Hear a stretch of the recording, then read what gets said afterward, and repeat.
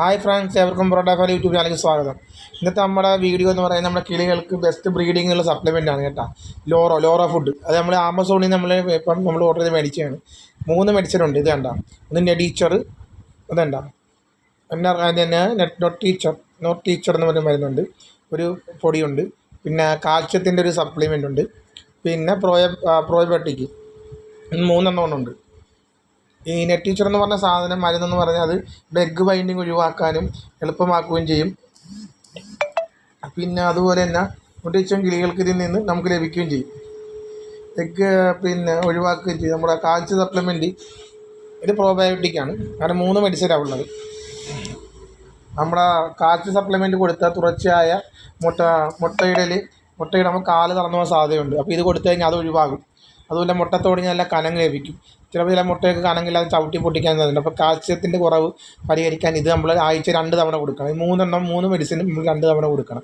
100 മില്ലിക്ക് 250 രൂപയാണ് വില. 100 മില്ലിയൊക്കെ മതിയാവും നമുക്ക് ചെറുതായിട്ട് മേടിക്കുവാണെങ്കിൽ. നമുക്ക് ആൻറ്റിബയോട്ടിക് ഇത് സപ്ലിമെൻറ്റ് അതിനകത്തെല്ലാം എഴുതിയിട്ടുണ്ട് നമ്മൾ കേട്ടോ. പിന്നെ പ്രോബയോട്ടിക് എന്ന് പറയുമ്പോൾ അത് കൊടുത്തു കഴിഞ്ഞാൽ പിന്നെ കാലുകൾ നമ്മുടെ കിളികളുടെ ശരീരത്തിൽ നല്ല ബാക്ടീരിയ നിലനിർത്താൻ സഹായിക്കും. അത് ആഹാരം കഴിക്കുമ്പോൾ ഡൈജസ്റ്റ് ആക്കും. അങ്ങനെയുള്ള കാര്യങ്ങൾ നമുക്ക് പ്രോബയോട്ടിക് കൊടുക്കാൻ പറ്റും. നമ്മൾ വിരയൊക്കെ ഇളക്കി കഴിയുമ്പോൾ ചീത്ത ഈ നല്ല ഇതുകളും അതിന് നശിച്ചു പോകും. നല്ല ബാക്ടീരിയ നശിച്ചു പോകും. അത് തിരിച്ചെടുക്കാൻ വേണ്ടിയാണ്, നശിക്കാതിരിക്കാൻ വേണ്ടിയാണ് നമ്മളത് ചെയ്യുന്നത്. ടീച്ചർ കൊടുത്തു കഴിഞ്ഞാൽ എഗ്ഗ് ബൈൻഡിങ് ഒക്കെ ഒഴിവാകും. മുട്ടയിടാൻ പ്രോത്സാഹിപ്പിക്കും. ബ്രീഡിങ്ങിനും ഒക്കെ എളുപ്പമാകും. നമ്മൾ കൊടുക്കുന്ന ഇതുപോലെ സോഫ്റ്റ് ഫുഡ് ഉണ്ടല്ലോ, ചെറുപയർ മുളപ്പിച്ചതോ അല്ലെങ്കിൽ ഗോതമ്പ്, ചെറുപയർ, കടലയൊക്കെ മുളപ്പിച്ചത്, അതിനകത്തേക്ക് ഇതുപോലെ ഇട്ട് മിക്സ് ചെയ്ത് നമുക്ക് കൊടുക്കാൻ പറ്റും. ഇത് കഴിക്കും. ഇല്ലെങ്കിൽ നമുക്ക് കൊടുക്കുന്ന വെള്ളത്തിൽ കലർത്തി കൊടുക്കാം.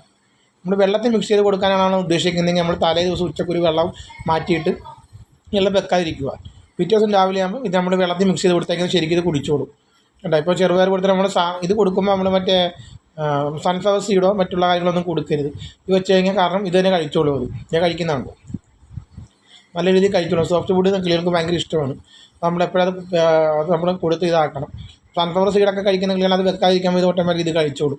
കഴിച്ചു കഴിഞ്ഞാൽ അങ്ങനെ ശീലമായിക്കോളും കണ്ട. ഇതാകുമ്പോൾ നമുക്ക് കിളികൾക്ക് വേറെ ഒരു കുഴപ്പം വരത്തില്ല. ഈ 3 ഒറ്റയടിക്ക് മേടിച്ച് കഴിഞ്ഞാൽ നമുക്ക് കാൽസ്യത്തിൻ്റെ സപ്ലിമെൻ്റ് ആവും. പ്രോബയോട്ടിക് ഉണ്ട്, പിന്നെ ടീച്ചറുണ്ട്. അപ്പോൾ എഗ്ഗ് ബൈൻഡിങ് പോകും. ബ്രീഡിങ്ങിനുള്ള നമുക്ക് അതിൻ്റെ ടെൻഡൻസി കൂടും. അതിന് ബ്രീഡിങ്ങിനുള്ള എഗ്ഗ് ബൈൻഡിങ് ഒക്കെ ഒഴിവാക്കാൻ പറ്റും. 1.5 വയസ്സൊക്കെ ആകുമ്പോഴാണ് കിളി